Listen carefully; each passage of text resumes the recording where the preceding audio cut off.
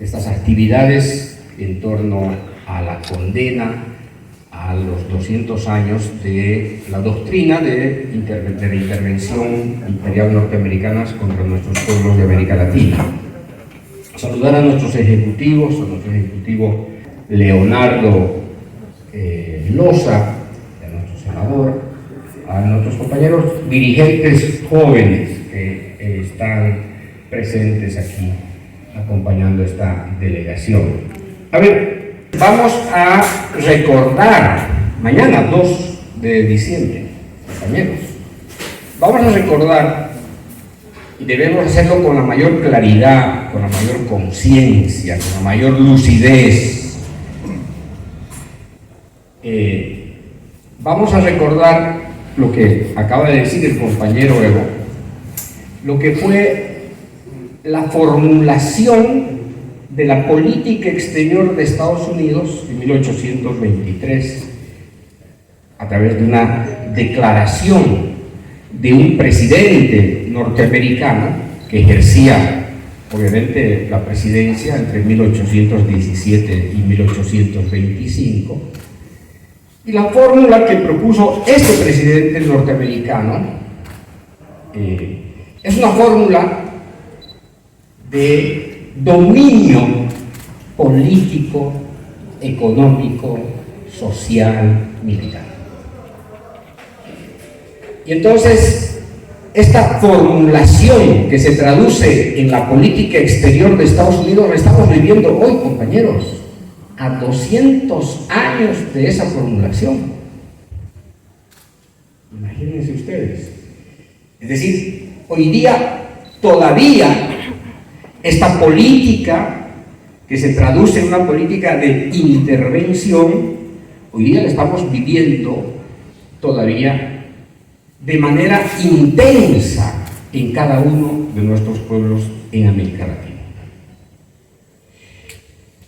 Aquí el tema es que si nosotros no tenemos la claridad suficiente acerca de quién domina, cómo nos domina, de qué manera nos dominan, compañeros, nuestras luchas se van a extraviar en medio de la sombra. Porque si uno no tiene claridad cuál es el adversario principal, cuál es el enemigo principal, entonces dígame cómo vamos a poder vencer o derrotar al enemigo al que no logramos identificar con claridad. Aquí hay un problema de fondo, y es la importancia, el imperativo, la necesidad de tener claridad contra quién tenemos que pelear, contra quiénes tenemos que pelear y cómo tenemos que pelear, compañeros. Porque muchas veces, primero, no tenemos claridad contra quién tenemos que pelear.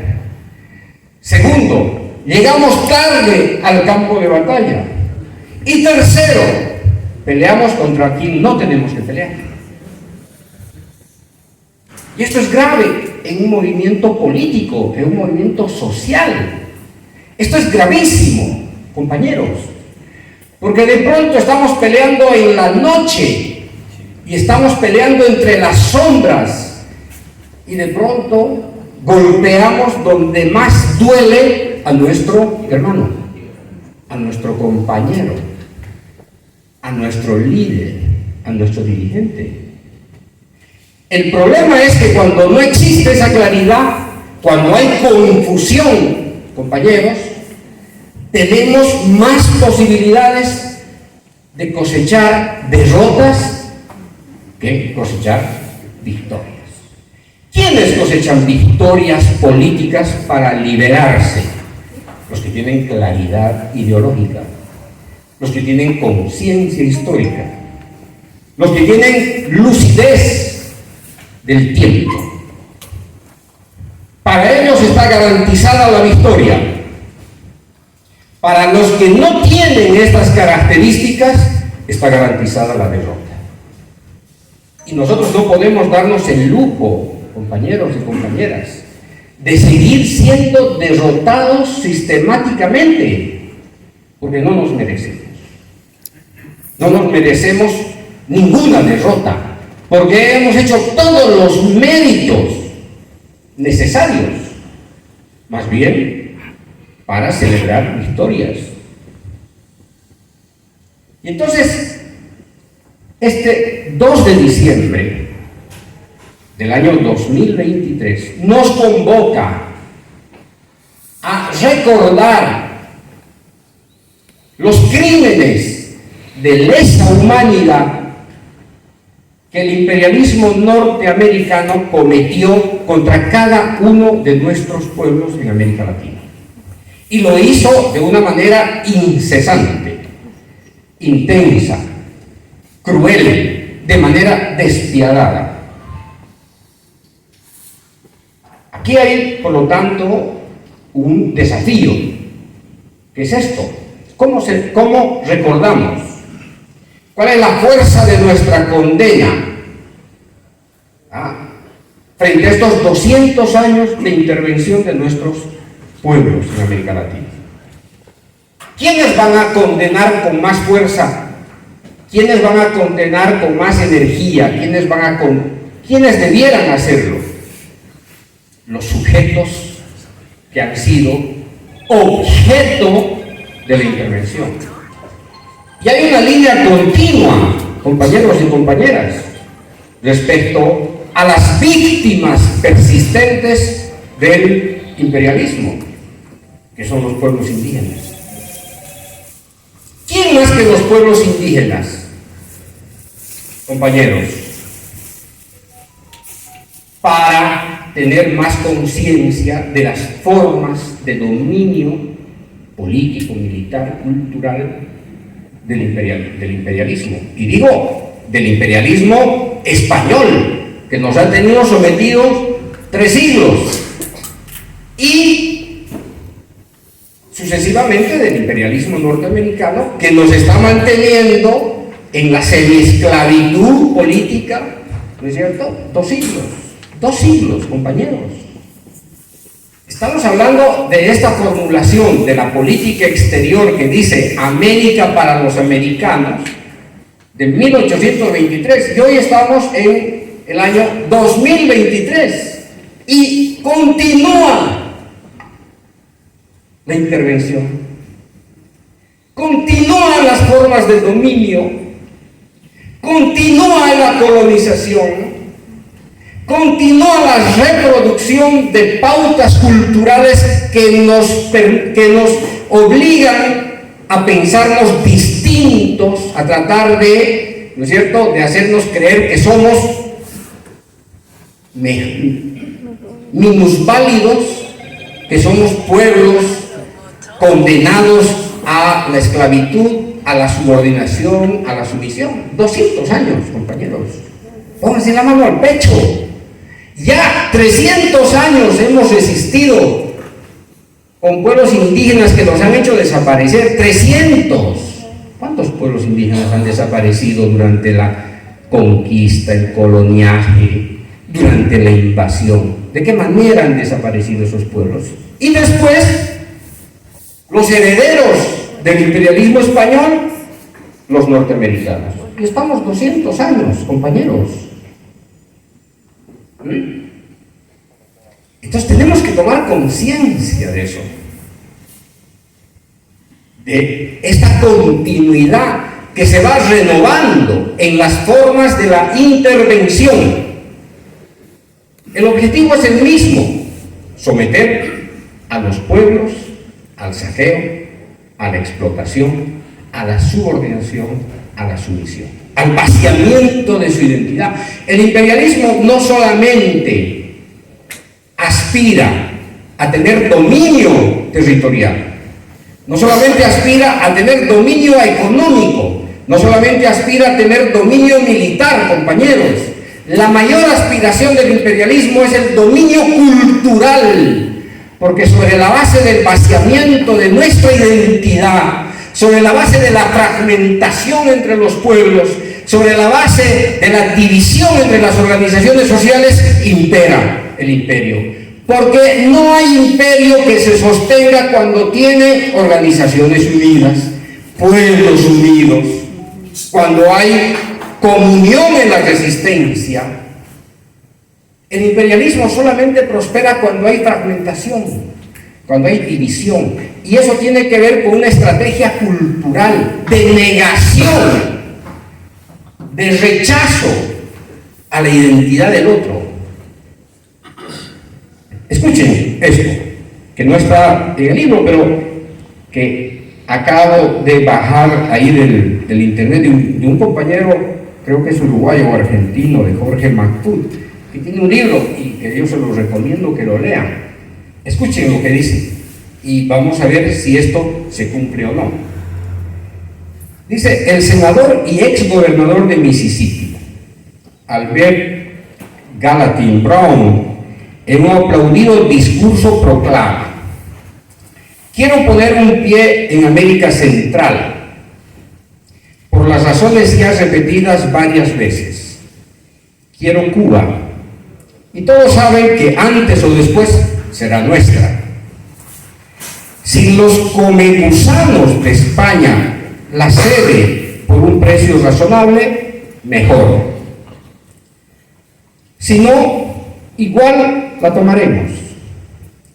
Quiero Tamaulipas, quiero Potosí y uno o dos estados más de México.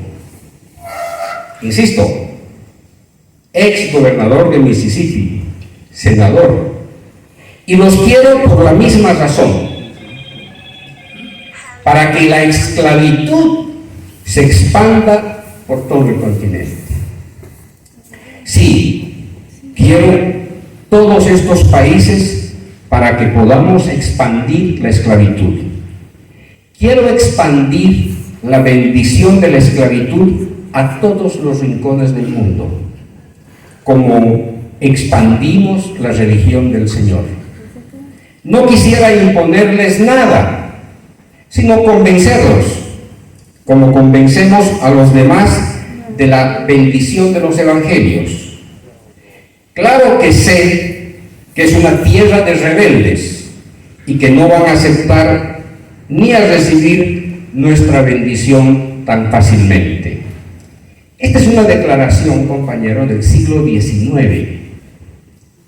Esta misma declaración la ha hecho la generala Laura Richardson en febrero de este año. No hay ninguna diferencia entre esta declaración de principios geopolíticos de 1830 con la declaración de Laura Richardson de enero, de febrero del año 2023. De febrero. ¿Sí? Entonces, acá, queridos compañeros, compañeras, de lo que se trata, en el fondo, es de la naturaleza política, ideológica, cultural, económica de nuestras naciones y de nuestra región. ¿Vamos a sucumbir a este deseo imperial de ser esclavos? ¿O vamos a decidir, compañeros, ser seres humanos libres de toda forma de esclavitud? No hay otra, no existe otra, compañeros. No hay territorio gris en esto. No puede existir territorio gris. No puede existir medias tintas. Aquí hay una definición absolutamente clara sobre el imperativo de convertirnos en sus esclavos. Y hay distintas formas de convertirnos en esclavos. Mediante la intervención militar, siglo XIX, mediante la conquista de enclaves estratégicos, la ocupación del Canal de Panamá, mediante la intervención o la ocupación política militar de los países que tienen recursos naturales, mediante las guerras que han sido construidas deliberadamente como justificación para la intervención, aquí está absolutamente claro. Y de eso se trata. Se trata precisamente de expresarnos políticamente mañana, sí, pero tenemos que pasar de la expresión de rebelión política, de condena a esta doctrina de la intervención, compañeros, a la acción política. Si no, no sirve. Es como si estuviéramos en el territorio gris. No sirve, compañeros. Así como Túpac Katari decidió enfrentarse al poder colonial español en 1781, movilizando miles de indígenas, hombres y mujeres, para resistir, para enfrentarse a los colonizadores, a los invasores, para liberar a su pueblo de la Mita, para liberar al pueblo indígena del genocidio, de la opresión, de la alcabala, del tributo, así como decidió Katari, compañeros. Nosotros, como instrumento político, decidimos en 2005 enfrentar al imperio y durante 14 años lo derrotamos, compañeros y compañeras, al mando de nuestro comandante Evo. 14 años. ¿Cuáles han sido los beneficios de haber puesto límites a las formas de intervención imperial en Bolivia? ¿En qué nos convirtieron hasta el 2005 los gringos? ¿Qué éramos hasta el 2005, compañeros y compañeras? Éramos peor que una colonia. Los españoles en la colonia sobrevivieron, es decir, el poder español sobrevivió a la resistencia indígena a partir de un pacto colonial. ¿Y cuál era el pacto colonial? Que dejara a las comunidades indígenas como propietarias de una parte de sus tierras, mientras pagaban tributo. Era un pacto colonial que permitió la continuidad del imperialismo español. Con los gringos, compañeros, ni siquiera ha habido eso, no ha habido ningún pacto colonial para sostener el imperialismo estadounidense. Entonces, cuando nosotros recibimos el gobierno en el año 2006, nosotros no recibimos un Estado, compañeros. Nosotros recibimos cualquier cosa menos un Estado. Porque, ¿cuál es la característica del Estado? ¿Cuál es la naturaleza del Estado? Su soberanía, sus instituciones estatales, dominio sobre su territorio, sobre sus recursos naturales. Ese es un Estado. A nosotros nos entregaron prácticamente una colonia maltrecha. Nos entregaron un territorio ocupado, un Estado intervenido, una población pobre, miserable, rascando la olla para comer. Nos entregaron un país sin recursos naturales, porque todo se vaciaba hacia el exterior. Hasta que tuvo que llegar alguien y le dijo: basta, aquí se terminó, señores. Se terminó la orgía de vaciarse la riqueza, la dignidad, de vaciarse los recursos, de vaciarse la esperanza, de vaciarse el futuro. Listo. Aquí llegó el pueblo para gobernar de la mano del comandante Evo. 14 años. 14 años. Le pusimos límite al imperio. Recuperamos la dignidad. Nacionalizamos los recursos naturales. Recuperamos la soberanía. compañeros, crecimos económicamente, nos desarrollamos, nos modernizamos. ¿A quién se le había imaginado a principios del siglo XXI construir un satélite y ponerlo en circulación en el espacio? ¿A quién en Bolivia? Porque durante 500 años nos metieron en la cabeza, ¿no es cierto?, la condición de la impotencia, de la incapacidad. Nos hicieron creer que éramos flojos, ineptos, incapaces, indios, sucios, incivilizados.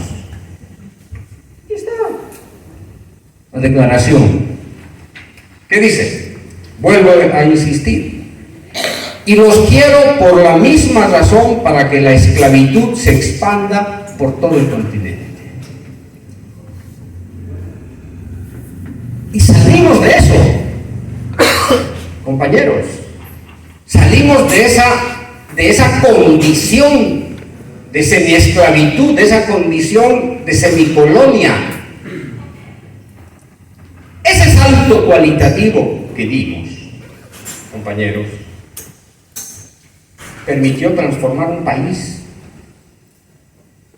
permitió soñar, permitió acceder, permitió justicia social. ¿Cuántos jóvenes lograron ingresar a las universidades con Evo? ¿Cuántas madres tuvieron acceso a una vivienda? ¿Cuántos pobres pasaron a la condición de clase media? ¿Cuántos caminos construimos para integrar el país? Esto es lo que produjo una revolución de 14 años con Evo, hasta que llegó el golpe de Estado como una política de escarmiento. Porque el golpe de Estado es un mensaje, más bien que lo tenemos vivo aquí a Evo. Es un milagro que Evo esté vivo de aquí.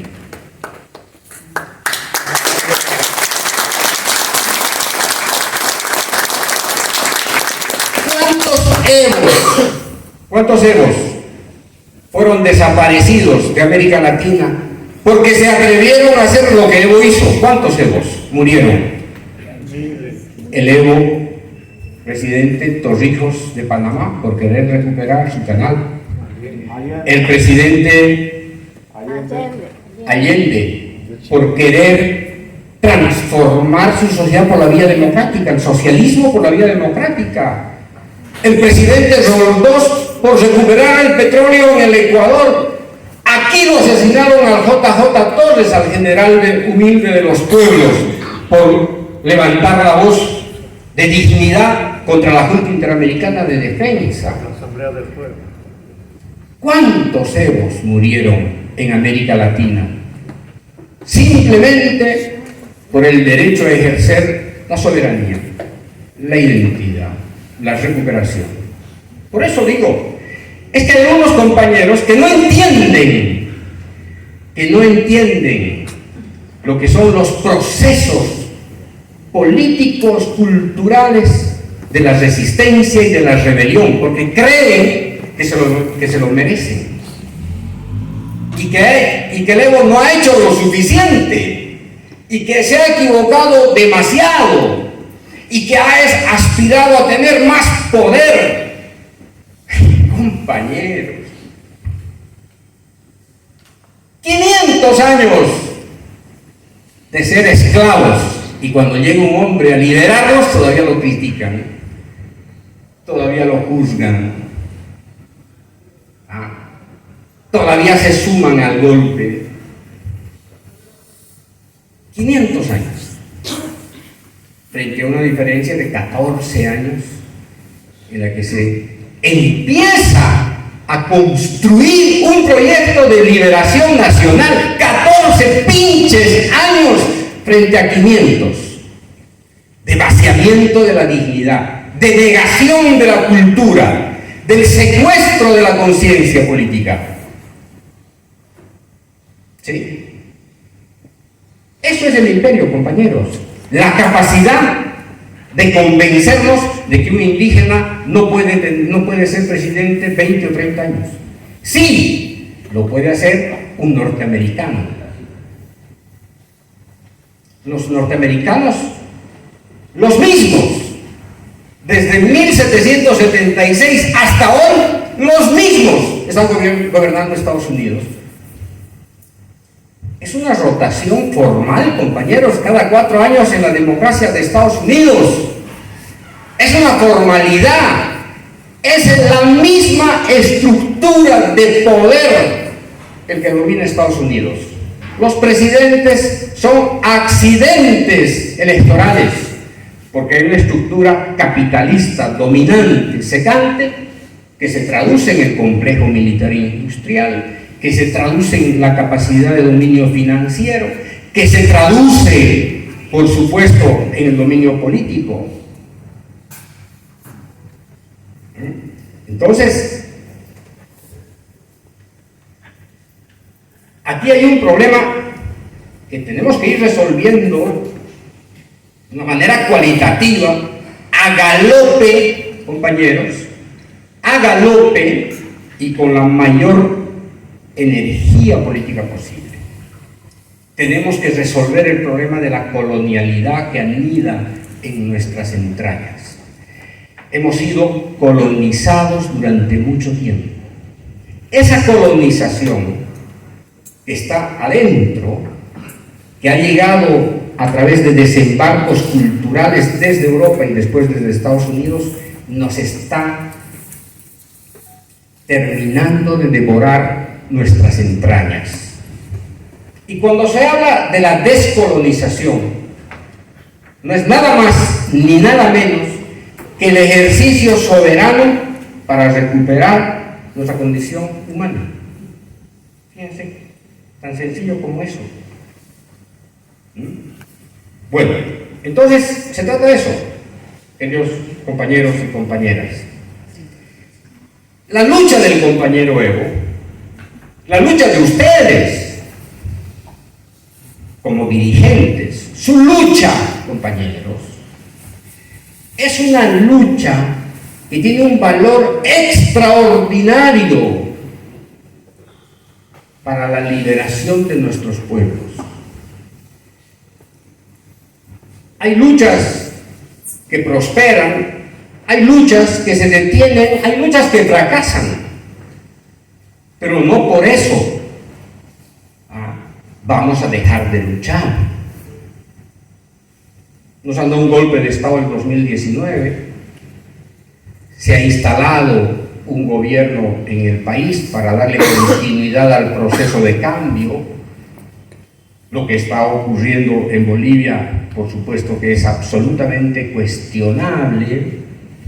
Hay una especie de reimplante colonial en el país. Esto es atroz después de una dictadura, después de la pandemia y después de que se le ha otorgado un altísimo nivel de confianza electoral a un gobierno que hoy día satisface los apetitos del imperio.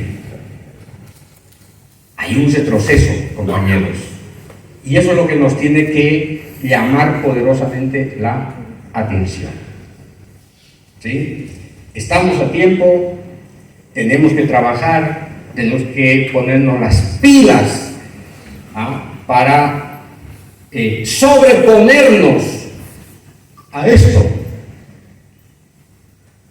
a la dictadura, a la pandemia y a la regresión política y ideológica de un gobierno que ha recibido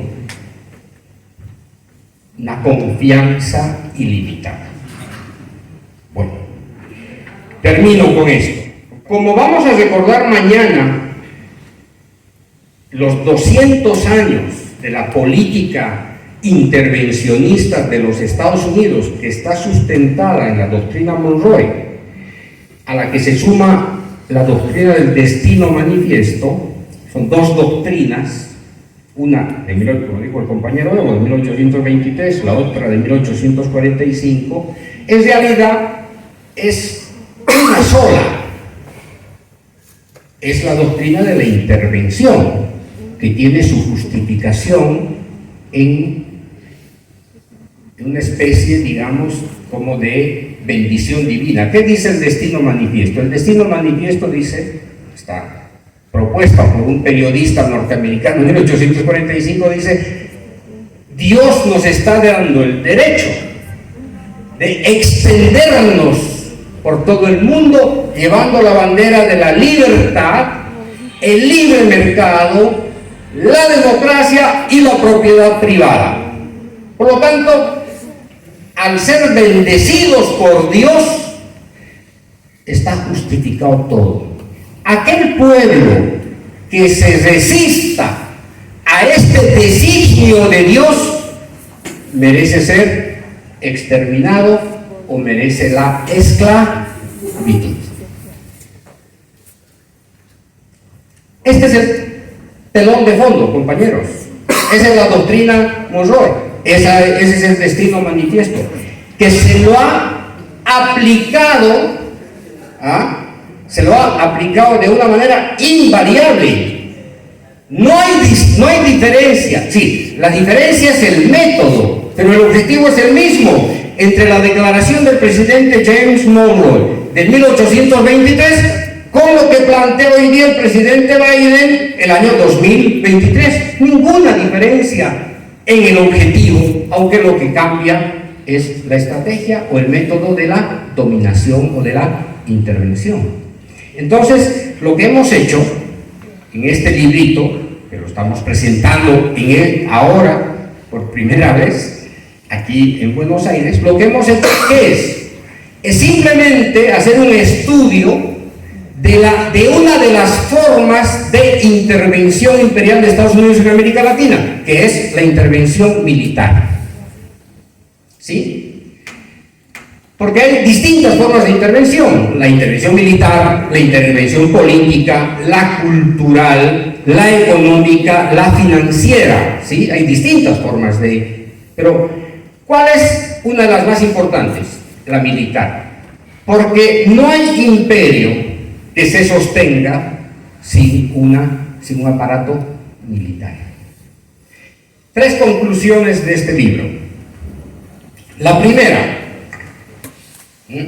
no hay país en América Latina, compañeros, no existe país en América Latina que no haya sido intervenido militarmente por los Estados Unidos. No existe.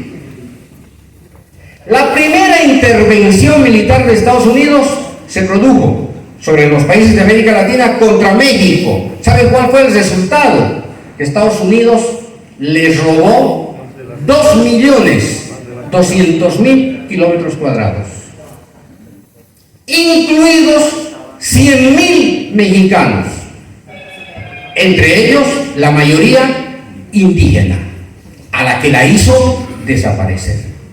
Primera conclusión: no hay país en América Latina que no haya sido intervenido por Estados Unidos.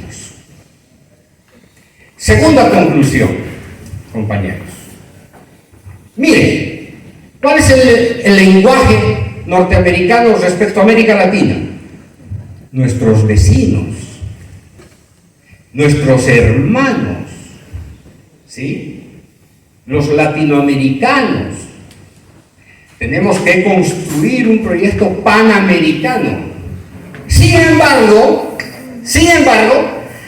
a sus vecinos, a sus hermanos, ¿sí?, resulta que lo han flagelado más que a cualquier otra región del mundo. Fíjense bien, América Latina es la región más intervenida frente a los otros 5 continentes. Y ha sido intervenida la región que le ha dado a Estados Unidos la condición de potencia capitalista y de imperio. ¿Cómo explicar esto, compañeros, compañeras? ¿Cómo explicar que Estados Unidos interviene una región que le está dando condición imperial. ¿No creen ustedes, más bien, que lo que tendría que hacer Estados Unidos es tender un puente de diálogo, de concertación, de amistad, de complementariedad? Y sin embargo, genocidio, golpes de Estado, desestabilización, guerras, conquista, invasiones, magnicidio, todas las plagas que se pueden imaginar, todas las plagas intervencionistas que se pueden imaginar contra América Latina. Y la tercera conclusión de este libro, compañeros, la tercera conclusión es que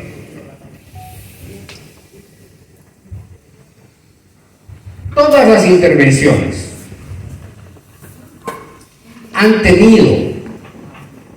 han estado dirigidas a extirpar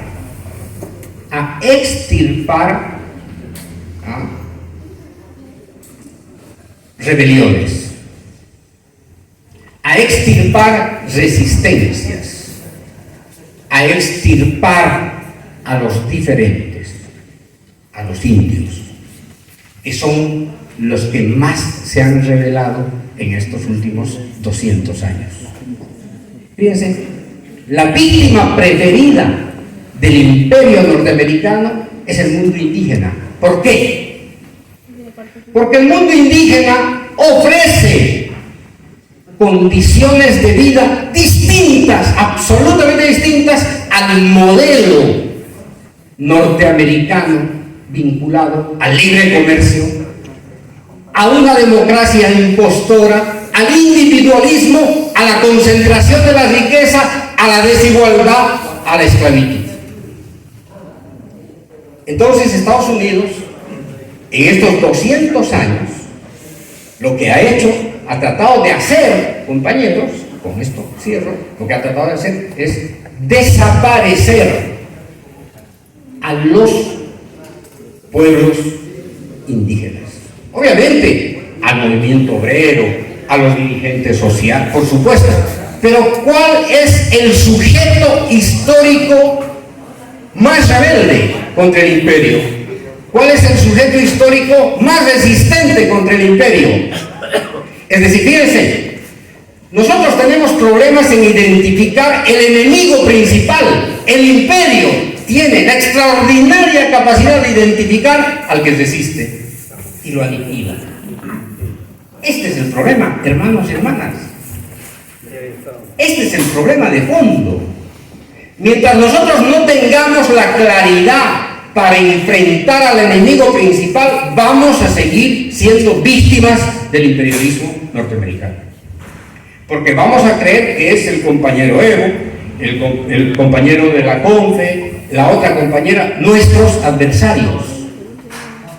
Y lo que está ocurriendo hoy en Bolivia es una reproducción de esto que les estoy diciendo, porque el gobierno dirige todas sus armas contra mi jefe, contra nuestro compañero, contra el líder histórico que ha asfaltado la autopista para que este gobierno pueda ejercer libre y democráticamente su gobierno. Fíjense la comunión que hay entre la mentalidad imperial y la mentalidad del gobierno. ¡Qué casualidad! ¡Qué casualidad que se coincida en tratar de hacer desaparecer al sujeto histórico, al sujeto rebelde, al sujeto liberador! Eso ocurrió con Katari, eso ocurrió con Bolívar, eso ocurrió con Sandino, eso ocurrió con Allende, eso ocurrió con JJ Torres.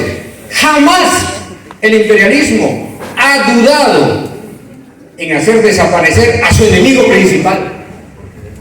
Nuestro gobierno lo que pretende es hacer desaparecer al líder de una revolución histórica que ha derrotado al imperio 14 veces, 14 años, compañeros y compañeras.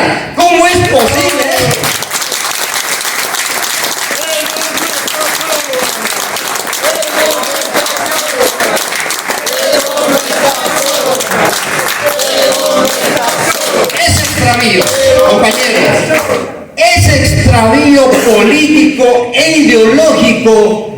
lo que ha perpetuado el dominio imperial. Y esto es lo grave. Esto es lo grave. Que seamos nosotros mismos los que legitimemos el exterminio de nuestra liberación. Que nosotros mismos serruchemos el piso de un proyecto de liberación nacional, de un proyecto de liberación regional. Porque la fuerza del Evo es la fuerza de un continente, compañeros, que son los pueblos indígenas, que están tratando de ser desaparecidos durante los últimos 200 años. ¿Cuándo vamos a encontrar otro indígena que quiera la liberación de nuestro continente? ¿Dónde lo vamos a encontrar? ¿En qué circunstancias? Hemos tenido que esperar desde 1871 al otro Katari, que apareció en 1899 como Zárate Vilca. Y después de Zárate Vilca recién lo tuvimos a Leo. ¿Cuánto tenemos que esperar para que aparezca otro líder indígena? Que procure, que tenga conciencia, que tenga la mística de liberar un pueblo. Todos negocian con el imperio. Todos practican. Todos intercambian con el imperio porque le tienen miedo al imperio. Pero nuestro país parió un indio que nunca le tuvo miedo al imperio. Jamás. Entonces, compañeros, acá nuestra lucha, insisto, es una lucha ideológica, política, cultural. La primera lucha, la primera victoria que tenemos que celebrar es la victoria contra el miedo. El imperio norteamericano lo que ha sembrado en estos 200 años en nuestra región es el terrorismo de Estado disfrazado muchas veces de democracia. Y no voy a entrar ya en detalles sobre eso para no extenderme más. Pero lo que tenemos hoy en América Latina, bajo distintas fórmulas, es terrorismo de Estado. Compañeros, ustedes más que nadie tienen conciencia de eso. Aquí se instaló terrorismo de Estado durante la dictadura militar, pero hoy día ya no hace falta que haya dictadura militar, mis queridos compañeros, mis queridas compañeras. El terrorismo de Estado ya no está disfrazado de gorra y de uniforme. Son liberales. El terrorismo de Estado está adquiriendo otras formas de dominio. Y sobre eso tenemos que ser conscientes. ¿Cómo se traduce estas nuevas formas de dominio? La más brutal, la intervención militar. La más maquillada, el liberalismo. Pero es el mismo objetivo, el sujeto es el mismo. Los pueblos indígenas, el movimiento obrero, los jóvenes, los sindicatos. El imperialismo tiene absoluta claridad para saber cuál es la raíz que tiene que extirpar. Nosotros tenemos todavía dificultades para saber quién es el enemigo principal. Esa es nuestra tarea. Esa es nuestra responsabilidad. Cuando tengamos esa conciencia, y eso pasa por tener conocimiento, eso pasa por nuestra historia, eso pasa por nuestra identidad, eso pasa por nuestra memoria, eso pasa por preservar patrimonio político que está aquí a nuestro lado, compañeros. Porque sin eso vamos a ser más débiles y nuestra condición de esclavitud va a ser muchísimo, muchísimo más posible. Ese es el drama. Ese es el drama. Así que, compañeros, no les digo que compren el libro. No. Lo que les pido es que lo lean.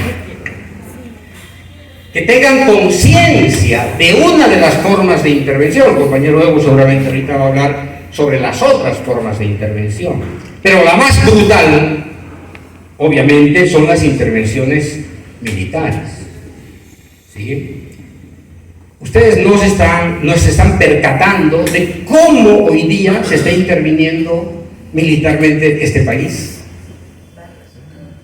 No tienen conciencia, porque no tienen conciencia de los 200 años de intervención militar y las formas que ha adquirido la intervención militar. Entonces, se trata de ese desafío: tener conciencia, memoria, identidad, conocimiento, para forjar esta conciencia de liberación, que es por definición una conciencia anticolonial. Así que, compañeros, nuestro proyecto como instrumento político no se circunscribe a la geografía de Bolivia. El proyecto político del MAS IPSP es un proyecto continental, compañeros. Es la patria grande. Nosotros no tenemos una mirada egoísta para reducir nuestro proyecto a las fronteras de Bolivia. El Estado plurinacional tiene que convertirse en una América plurinacional. Este es el gran desafío que tenemos. Ese es el desafío. Y la única posibilidad de construir una América plurinacional es precisamente, compañeros, la unidad, la identidad, la lucha persistente, la consecuencia, la fidelidad a los principios y a los valores que nos han legado nuestros hermanos mayores desde hace 5 siglos. Nuestra lucha es esa. Y el instrumento político, compañeros, liderizado por el hermano Evo, el instrumento político que es el MAS IPSP hoy día trata de ser secuestrado, trata de ser proscrito, trata de ser desaparecido. Imagínense, el instrumento político de liberación continental hoy día está siendo asediado por los cómplices del imperio. Pero el MAS es mucho más que la mezquindad de un régimen que quiere destruir un movimiento, un proceso político, un sujeto histórico. Es mucho más que eso, compañeros. No se confundan. Un gobierno es un episodio transitorio. El MAS es un proyecto histórico inquebrantable. Este es el tema de fondo. Y podrán haber traidores que quieran colocarle el cuchillo en la espalda a ese instrumento, a su líder, etcétera, etcétera. Podrá haber eso, compañeros. Pero no van a lograr hacernos retroceder en este objetivo de construir la patria grande. Así que a prepararse para la condena de mañana.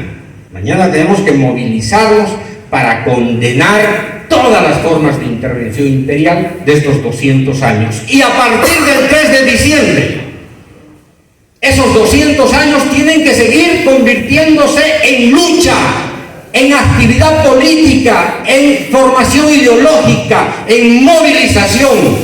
Tenemos que quebrarle el espinazo al imperio, como lo ha hecho el compañero Evo durante 14 años. Tenemos que hacerlo en Bolivia, en América Latina, en el Abya Yala. Esa es nuestra tarea, compañeros. Si no, ¿para qué servimos?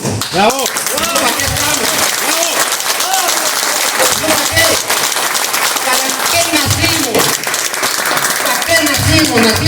Nacimos para cumplir el deseo de este senador de ser esclavos, o nacimos para ser dignos, libres, emancipados. Entonces, compañeros, tenemos que reafirmar nuestra lucha mañana con la mayor consecuencia, con la mayor mística. Tenemos que anteponer nuestra vida a la patria patria grande, compañeros, no se olviden nunca de eso. Por encima de nuestra vida está la construcción de una sociedad latinoamericana libre de este imperio miserable, criminal, genocida, que hoy día está condenando al pueblo cubano a vivir en las peores condiciones, que hoy día está atacando a Venezuela, que hoy día está atacando a Nicaragua, que hoy día está atacando a esta patria hermosa de San Martín. Nuestra lucha es esa, y ojalá seamos consecuentes con ella. ¡Que viva la patria grande!